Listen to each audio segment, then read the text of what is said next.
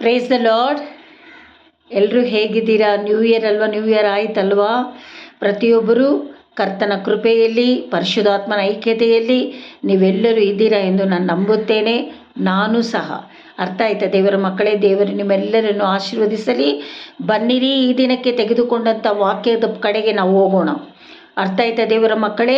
ನಮ್ಮ ಸತ್ಯವೇದ ವಾಕ್ಯಗಳನ್ನು ನಮ್ಮ ಕರಗಳಲ್ಲಿ ಇಟ್ಟುಕೊಂಡು ಭಯಭಕ್ತಿಯಿಂದ ಜೀವವುಳ್ಳ ವಾಕ್ಯವನ್ನು ಈ ದಿನ ನಮಗೆ ದೇವರು ಏನು ಕೊಡ್ತಾ ಇದ್ದಾರೆ, ಆಲಯಕ್ಕೆ ಹೋಗೋದಕ್ಕಿಂತ ಮುಂಚೆ ನಮಗಿಲ್ಲಿ ಸಿಸ್ಟರ್ ಮೂಲಕವಾಗಿ ದೇವರು ಏನು ಮಾತಾಡ್ತಾ ಇದ್ದಾರೆ ಅಂತ ಹೇಳಿ ಭಯಭಕ್ತಿಯಿಂದ ನಿಮ್ಮನ್ನು, ಆತ್ಮ, ಪ್ರಾಣ, ಶರೀರ, ನನ್ನನ್ನು ಸಹ ಪರಿಶುದ್ಧಾತ್ಮನಿಗೆ ಒಪ್ಪಿಸಿಕೊಟ್ಟು ವಾಕ್ಯದ ಕಡೆಗೆ ಹೋಗೋಣ. ಬನ್ನಿರಿ, ಈ ದಿನ ತೆಗೆದುಕೊಂಡಂಥ ವಾಕ್ಯ 2 ಕೊರಿಂಥ 10ನೇ ವಾಕ್ಯ ತೆಗೆದುಕೊಳ್ಳಿರಿ. 2 ಕೊರಿಂಥ 10ನೇ ವಾಕ್ಯ. ಈ ದಿನದ ಪೀಠಿಕೆ ಏನೆಂದರೆ, ಪೌಲನು ಅಧಿಕಾರದ ಬಗ್ಗೆ ಹೇಳುತ್ತಿರುವುದು. ಯಾವ ರೀತಿ ಅಧಿಕಾರ ಚಲಾಯಿಸಬೇಕು, ಯಾವ ರೀತಿ ವಿರೋಧಿಗಳ ಮುಂದೆ ನಾವು ಮಾತನಾಡಬೇಕು, ಆ ರೀತಿಯಾಗಿ ದೇವರು ಇಲ್ಲಿ ಪೌಲನು ಮಾತನಾಡಿರೋದು. ಎಲ್ಲಿ? ಕೊರಿಂಥ ಸಭೆಯಲ್ಲಿ. ಅರ್ಥ ಆಯ್ತಾ ದೇವರ ಮಕ್ಕಳೇ? ಬನ್ನಿರಿ ಓದಿಕೊಳ್ಳೋಣ. 2 ಕೊರಿಂಥ 10, 2-6 ನಾವು ಧ್ಯಾನ ಮಾಡ್ತೀವಿ. ಇವಾಗ 2ನೇ ವಾಕ್ಯದಿಂದ ಓದಿಕೊಳ್ಳೋಣವೇ? ಬನ್ನಿರಿ. ಯಾರು ನಮ್ಮನ್ನು ಲೋಕಾನುಸಾರಿಗಳೆಂದು ಎಣಿಸುತ್ತಾರೋ ಅವರಿಗೆ ದಿಟ್ಟವಾದ ಧೈರ್ಯವನ್ನು ತೋರಿಸಬೇಕೆಂದು ಯೋಚಿಸುತ್ತಾ ಇದ್ದೇನೆ. ಯಾರು ಲೋಕದ ರೀತಿಯಲ್ಲಿ ನಾವು ಬದುಕ್ತಾ ಇದ್ದೀವಿ ಅಂತ ಅವರು ಹೇಳುವುದಾದರೆ, ದಿಟ್ಟವಾದ ಧೈರ್ಯವನ್ನು ತೋರಿಸಬೇಕೆಂದು ಯೋಚಿಸಿದರೆ ಅವ್ರ ಹತ್ರ ನಾನು ಮಾತನಾಡಬೇಕು ಅಂತ ಪೌಲನು ಇಲ್ಲಿ ಮಾತಾಡ್ತಾ ಇರೋದು. ಅದರ ಕೆಳಗೆ, ನಾವು ನಿಮ್ಮಲ್ಲಿಗೆ ಬಂದಿರುವಾಗ ಅಂಥ ದಿಟ್ಟತನವನ್ನು ತೋರಿಸುವುದಕ್ಕೆ ಅವಕಾಶ ಉಂಟಾಗಬಾರದೆಂದು ನಿಮ್ಮನ್ನು ಬೇಡಿಕೊಳ್ಳುತ್ತೇನೆ. ಲೋಕದ ರೀತಿಯಲ್ಲಿ ನಾವು ನಡ್ಕೊಳ್ತಾ ಇದ್ದೀವಿ ಅಂತ ಹೇಳುವವರ ಮಧ್ಯದಲ್ಲಿ ಪೇತ್ರನು ಯಾವ ರೀತಿ ಮಾತನಾಡಬೇಕು, ಅಂಥವರ ಮುಂದೆ ನಮಗೆ ಅವಕಾಶ ಕೊಡಬೇಡ್ರಿ, ನಾವು ಈ ರೀತಿಯಾಗಿ ಮಾಡ್ತೀರಾ ಅಂತ ಹೇಳೋಕ್ಕೆ ಅವಕಾಶ ಕೊಡಬೇಡ್ರಿ ಅಂತ ಇಲ್ಲಿ ಪೇತ್ರನು ಬೇಡ್ಕೊಳ್ತಾ ಇರೋದು.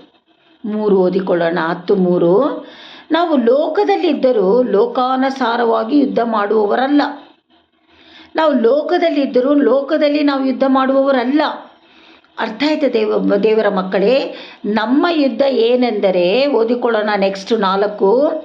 ನಾವು ಉಪಯೋಗಿಸುವ ಆಯುಧಗಳು ಲೋಕ ಸಂಬಂಧವಾದ ಆಯುಧಗಳಲ್ಲ. ನಾವು ಪ್ರಾರ್ಥನೆಯಲ್ಲಿ ನಾವು ಯುದ್ಧ ಮಾಡುವವರಾದರೆ ಲೋಕದ ಸಂಬಂಧವಾದ ಆಯುಧಗಳಲ್ಲಿ ನಾವು ಯುದ್ಧ ಮಾಡೋಕ್ಕಾಗೋಲ್ಲ. ಅರ್ಥ ಆಯ್ತಾ ದೇವರ ಮಕ್ಕಳೇ? ಅವು ದೇವರ ಎಣಿಕೆಯಲ್ಲಿ ಬಲವಾಗಿದ್ದು ಕೋಟೆಗಳನ್ನು ಕೆಡವಿ ಹಾಕುವಂತಗಳಾಗಿವೆ. ಅರ್ಥ ಆಯ್ತಾ? ಇಲ್ಲಿ ಹೇಳ್ತಾ ಇರೋದು ದೇವರ ಎಣಿಕೆಯಲ್ಲಿ ಬಲವಾಗಿದ್ದು ಕೋಟೆಗಳನ್ನು ಕೆಡವಿ ಹಾಕುವಂತಗಳಾಗಿವೆ ಅಂತ ಇಲ್ಲಿ ಹೇಳ್ತಾ ಇರೋದು ಪೇತ್ರನು. ನೋಡಿಕೊಳ್ಳೋಣ. 10:5. ನಾವು ವಿತರ್ಕಗಳನ್ನು, ದೇವಜ್ಞಾನವನ್ನು ವಿರೋಧಿಸುವುದಕ್ಕೆ ಏರಿಸಲ್ಪಟ್ಟಿರುವ ಉನ್ನತವಾದ ಎಲ್ಲ ಕೊತ್ತಲಗಳನ್ನು ಕೆಡವಿ ಹಾಕಿ ಎಲ್ಲ ಯೋಚನೆಗಳನ್ನು ಕ್ರಿಸ್ತನಿಗೆ ವಿಧೇಯವಾಗುವಂತೆ ಸೆರೆ ಹಿಡಿದು, ನಿಮ್ಮ ವಿಧೇಯತ್ವವು ಪರಿಪೂರ್ಣವಾದ ಮೇಲೆ ಎಲ್ಲ ಅವಿಧೇಯತ್ವಕ್ಕೆ ಶಿಕ್ಷೆ ಮಾಡುವುದಕ್ಕೆ ಸಿದ್ಧರಾಗಿದ್ದೇವೆ. ನಾವು ಲೋಕದಲ್ಲಿ ಬಂದಿರುವಂಥ ವ್ಯವಸ್ಥೆಗಳಿಂದ ನಮ್ಮನ್ನು ನಮ್ಮ ಬುದ್ಧಿಯಿಂದ ನಾವು ಯುದ್ಧ ಮಾಡದೆ ದೇವರ ಜ್ಞಾನದಲ್ಲಿ ನಾವು ಯುದ್ಧ ಮಾಡುವವರಾಗಿರಬೇಕು. ವಿಧೇಯತ್ವದ ಪರಿಪೂರ್ಣವಾದ ಮೇಲೆ ಆಗ ಎಲ್ಲ ಅವಿಧೇಯತ್ವಕ್ಕೆ ಶಿಕ್ಷೆ ಮಾಡುವುದಕ್ಕೆ ಸಿದ್ಧರಾಗಿದ್ದೇವೆ. ಅರ್ಥ ಆಯ್ತಾ ದೇವರ ಮಕ್ಕಳೇ? ನಾವು ಈ ರೀತಿಯಾಗಿ ನಡ್ಕೊಳ್ಬೇಕು. ಲೋಕದಲ್ಲಿರುವಾಗ ನಾವು ಬಲಹೀನರೇ.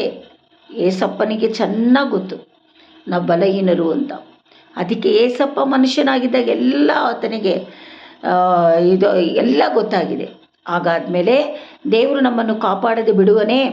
ಒಂದು ಕಾಲಕ್ಕೂ ಕಾಪಾಡದೆ ಬಿಡುವುದಿಲ್ಲ.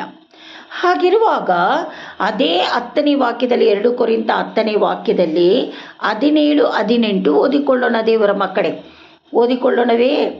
ಹೆಚ್ಚಳ ಪಡುವವನು ಕರ್ತನಲ್ಲಿಯೇ ಹೆಚ್ಚಳ ಪಡಲಿ, ತನ್ನನ್ನು ತಾನೇ ಹೊಗಳಿಕೊಳ್ಳುವವನು ಯೋಗ್ಯನಲ್ಲ. ಕರ್ತನು ಯಾರನ್ನು ಹೊಗಳುತ್ತಾನೋ ಅವನೇ ಯೋಗ್ಯನು. ನೀವು ಮಾಡುವ ಕ್ರಿಯೆಗಳು, ನೀವು ಮಾಡುವ ಕೆಲಸಗಳು, ನೀವು ಕುಟುಂಬಗಳಲ್ಲಿ ತಲೆಯಾಗಿರ್ಬೋದು, ಆಫೀಸ್ಗಳಲ್ಲಿ ಬಾಸ್ ಆಗಿರ್ಬೋದು, ಇಲ್ಲ ಫ್ರೆಂಡ್ಸ್ಗಳ ಮಧ್ಯದಲ್ಲಿ ನಾನೇ ಚೆನ್ನಾಗಿ ಓದೋದು, ನಾನೇ ಕೆಲಸ ಚೆನ್ನಾಗಿ ಮಾಡೋ, ಈ ರೀತಿಯಾಗಿ ನಿನ್ನನ್ನೇನೇ ಹೆಚ್ಚಳ ಪಟ್ಟುಕೊಳ್ಳಬೇಡ. ತನ್ನನ್ನು ತಾನೇ ಹೊಗಳಿಕೊಳ್ಳುವವನು ಯಾವತ್ತೂ ಯೋಗ್ಯನಾಗೋದೇ ಇಲ್ಲ. ಅರ್ಥ ಆಯ್ತಾ? ಕರ್ತನು ಯಾರನ್ನು ಹೊಗಳುತ್ತಾನೋ ಅವನೇ ಯೋಗ್ಯನು. ಕರ್ತನಿಗೆ ಮಾತ್ರ ಗೊತ್ತು ನಮ್ಮ ನಡೆನುಡಿ, ನಮ್ಮ ಮಾತುಗಳು, ನಾವು ದೃಷ್ಟಿಸಿ ನೋಡೋದು ಕಣ್ಣಿನಲ್ಲಿ, ಉಚ್ಚಿ ತಲೆಯಿಂದ ಪಾದದವರೆಗೂ ನಾವು ನಡೆಯುವ ಈ ಶರೀರ ಆತ್ಮ ಪ್ರಾಣದಲ್ಲಿ ಒಂದೊಂದು ಕ್ರಿಯೆಗಳು ದೇವನಿಗೆ ಗೊತ್ತಿದೆ. ಅರ್ಥ ಆಯ್ತಾ ದೇವರ ಮಕ್ಕಳೇ? ಹಾಗಾದರೆ ಕರ್ತನು ಯಾರು ಯೋಗ್ಯನು ಅಂತ ಹೇಳುತ್ತಾನೋ ಅವನು ಯೋಗ್ಯನು ಅಂತ ಹೇಳಿರುವಾಗ ನಾವು ಯೋಗ್ಯರಾಗಿ ನಡ್ಕೊಳ್ಬೇಕು. ಅರ್ಥ ಆಯ್ತಾ? ತಗ್ಗಿಸಿ ಬಗ್ಗಿಸಿ ಎಲ್ಲ ವಿಷಯಗಳಲ್ಲಿಯೂ ಸಮಾಧಾನದಲ್ಲಿ ನಾವು ನಡ್ಕೊಳ್ಬೇಕು. ಈ ವರ್ಷದ ವಾಗ್ದಾನ ಎಲ್ಲೆಲ್ಲಿರುವವರು, ನಮ್ಮ ಕಾಣದೇ ಇರುವವರು, ನಮ್ಮನ್ನು ದೃಷ್ಟಿಸಿ ನೋಡದೇ ಇರುವವರೆಲ್ಲ ವಾಪಸ್ ಬರ್ತಾರೆ ಅಂತ ಪ್ರಾಮಿಸ್ ವರ್ಡ್ ಕೊಟ್ಟಿರೋದು. ಹಾಗಾದರೆ ಈಗ ನೀನು ಹೇಳ್ತಾ ಇರೋದು, ದೇವರು ನಿನ್ನನ್ನೇ ನೀನು ಹೆಚ್ಚಳ ಪಡ್ಕೊಳ್ಬೇಡ.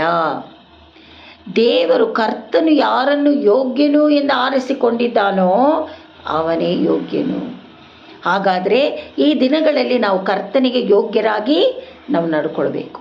ಹಾಗಾದರೆ ನಾವು ನಡ್ಕೊಳ್ಬೇಕಾದ್ರೆ ನಮ್ಮ ಶಕ್ತಿಯಿಂದ, ನಮ್ಮ ಬುದ್ಧಿಯಿಂದ ನಡ್ಕೊಳಕ್ಕಾಗೋದೇ ಇಲ್ಲ. ನಾವು ಪರಿಶುದ್ಧಾತ್ಮನಿಗೆ ಒಪ್ಪಿಸ್ಬೇಕು. ಪರಿಶುದ್ಧಾತ್ಮನು ಮಾತ್ರ ನಮ್ಮನ್ನು ನಡೆಸೋಕ್ಕೆ ಸಾಧ್ಯ. ಅರ್ಥ ಆಯ್ತಾ ದೇವರ ಮಕ್ಕಳೇ? ನೋಡಿ, ವಾಕ್ಯದಲ್ಲಿ ಹೇಳಲ್ಪಟ್ಟಿದೆ, ಬುದ್ಧಿಯುಳ್ಳ ಸ್ತ್ರೀಗಳಾಗಿರ್ರಿ. ಸ್ತ್ರೀ ಅಂದರೆ ಎಲ್ಲ ಮನುಷ್ಯರು ಬುದ್ಧಿಯುಳ್ಳ ಸ್ತ್ರೀಗಳಾಗಿರಿ. ಬುದ್ಧಿಯಿಂದ ನಡ್ಕೊಳ್ಬೇಕು. ಒಂದೊಂದು ಸಾರಿ ನಮಗೆ ಬುದ್ಧಿಯಿಂದ ನಡ್ಕೊಳಕ್ಕಾಗೋದಿಲ್ಲ. ಆಗ ಪರಿಶುದ್ಧಾತ್ಮನ ಹತ್ರ ನಾವು ಕೇಳಬೇಕು. ಆಗ ದೇವರು ನಾವು ನಡ್ಕೊಳ್ಳೋ ವಿಧ ದೇವರು ನೋಡಿಬಿಟ್ಟು ಇವಳು ಯೋಗ್ಯಳು, ಇವನು ಯೋಗ್ಯನು ಎಂದು ಕರ್ತನು ತೀರ್ಮಾನ ಮಾಡೋದಕ್ಕೆ ಶಕ್ತನಾಗಿದ್ದಾನೆ. ಅರ್ಥ ಆಯ್ತಾ ದೇವರ ಮಕ್ಕಳೇ? ನಾವು ಕರ್ತನಿಗೆ ಯೋಗ್ಯರಾಗಿ ನಡ್ಕೊಳ್ಬೇಕು ಹೊರತು ಮನುಷ್ಯರಿಗೆ ಯೋಗ್ಯರಾಗಿ ನಾವು ನಡ್ಕೊಳ್ಬಾರ್ದು. ಎಚ್ಚರ ಪಟ್ಕೊಂಡು, ನನ್ನ ಹತ್ರ ಬಿಡು, ಹಣ ಇದೆ, ಈ ಕೆಲಸ ನಾ ಮಾಡಿಬಿಡ್ತೀನಿ ಬಿಡು, ಇನ್ನೊಬ್ಬರ ಹತ್ರ ಹೆಚ್ಚಳ ಪಡೋದು ನಾನೇ ಅಂತ, ಇದೆಲ್ಲ ದೇವರ ಕಡೆಯಿಂದ ಬಂದ ಸ್ವಭಾವ ಅಲ್ಲ ದೇವರ ಮಕ್ಕಳೇ. ಅದಕ್ಕೆ ದೇವರು ಹೇಳ್ತಾ ಇರೋದು, ನಿನ್ನನ್ನು ನೀನೇ ಹೆಚ್ಚಳ ಪಡಬೇಡ.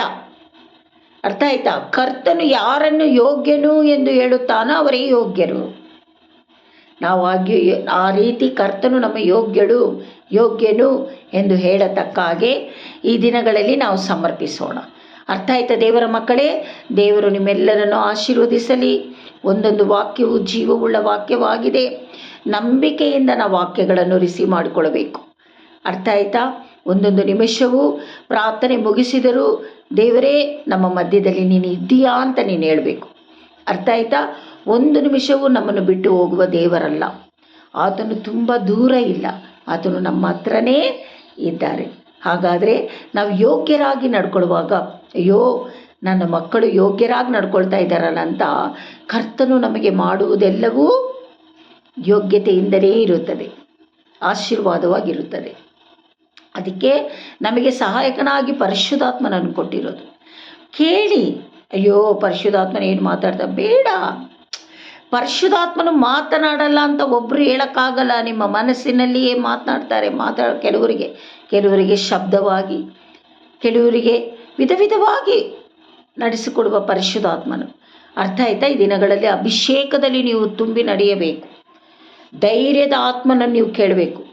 ಅರ್ಥ ಆಯ್ತಾ? ಭಯದ ಆತ್ಮನು ದೇವರು ನಮಗೆ ಕೊಟ್ಟಿಲ್ಲ, ಧೈರ್ಯದ ಆತ್ಮನು. ಯೋಗ್ಯರಾಗಿ ನಡೆಯೋಣ. ನಮ್ಮನ್ನು ಸೇರಿಸಿ ಕುಟುಂಬವಾಗಿ ನಾವೆಲ್ಲರೂ ಯೋಗ್ಯರಾಗಿ ನಡೆಯೋಣ. ಕರ್ತನಿಗೆ ಯೋಗ್ಯವುಳ್ಳವರಾಗಿ ಇರೋಣ ಎಂದು ಈ ದಿನ ಈ ವಾಕ್ಯದ ಪ್ರಕಾರವಾಗಿ ನಿಮ್ಮೆಲ್ಲರನ್ನು ಆಶೀರ್ವದಿಸ್ತಾ ಇದ್ದೀನಿ. ಬನ್ನಿರಿ, ಸಂತೋಷದಿಂದ ಆಲಯಕ್ಕೆ ಹೋಗೋಣ. God bless you.